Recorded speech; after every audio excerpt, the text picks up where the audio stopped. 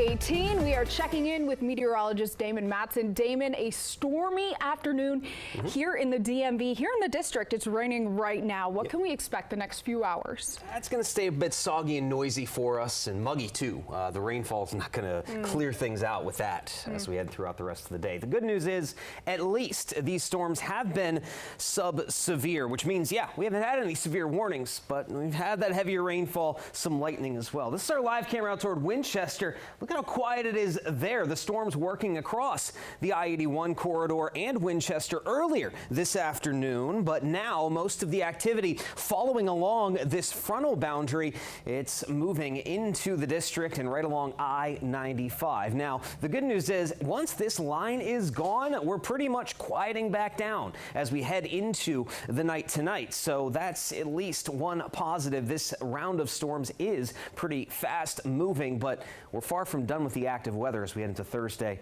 and Friday. But here we have it again. That main line of storms is stretching from the Baltimore Metro down through Howard, Montgomery counties, now spreading into Prince George's County as well, and now into the district all the way south toward Prince William County is where the main batch of activity is. Now, we're not seeing as many lightning strikes as we did earlier with this line of storms. As a matter of fact, there aren't any lightning strikes, just some heavier rain right now over D.C. But as you head up toward Bowie and also Laurel there, plenty of lightning attached to this cell that's working over toward Annapolis. So heads up that way. Some heavy rain, frequent lightning happening there along Route 301, Route 3 as well in Maryland there. Now, as we drift south, just some steady rain in Fairfax County, but once you hit the Occoquan River southward, we got some heavy rain, a pretty potent thunderstorm rolling into Woodbridge, Dale City, and down toward Dumfries as well. So that portion of I-95, things are going to get a little difficult here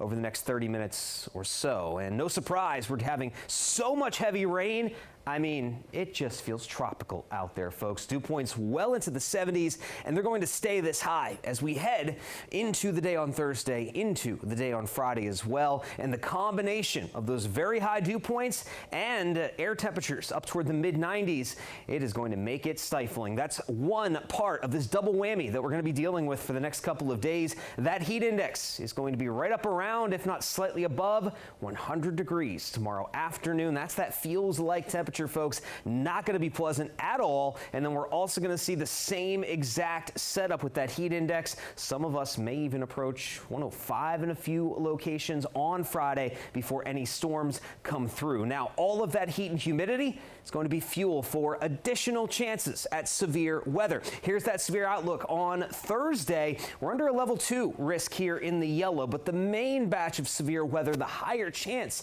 for that is west of us. And overall, tomorrow, we're expecting less storms in the mix, especially even compared to today. Now, Friday, there it is, another widespread level 2 risk, but I would not be shocked if this gets increased because on Friday, we have the heat, the humidity, and we have a cold front swinging in that's going to spark up more showers and storms, and that means a better opportunity for some of those to turn severe. So here this afternoon, evening, that line of storms will head across the Chesapeake. It will be out of our hair by 7, 8 o'clock. Then we're quiet as we head into the day on Thursday. Notice the sunshine. Yeah, that's going to heat us up pretty quickly. And notice how not a lot happening all the way through the day tomorrow. We don't see much in terms of any storm activity until perhaps late, very late in the day on Thursday. And by this point, even if we do see some thunderstorms, they'll be weakening as we head into the night and they lose a little bit of that energy. But here it is, Friday. We start out with plenty of sunshine yet again,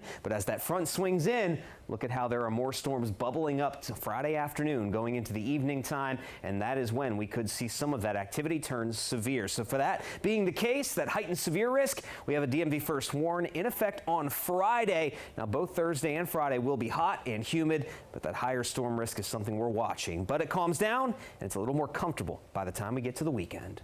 Damon, thank you. Could be a dodgy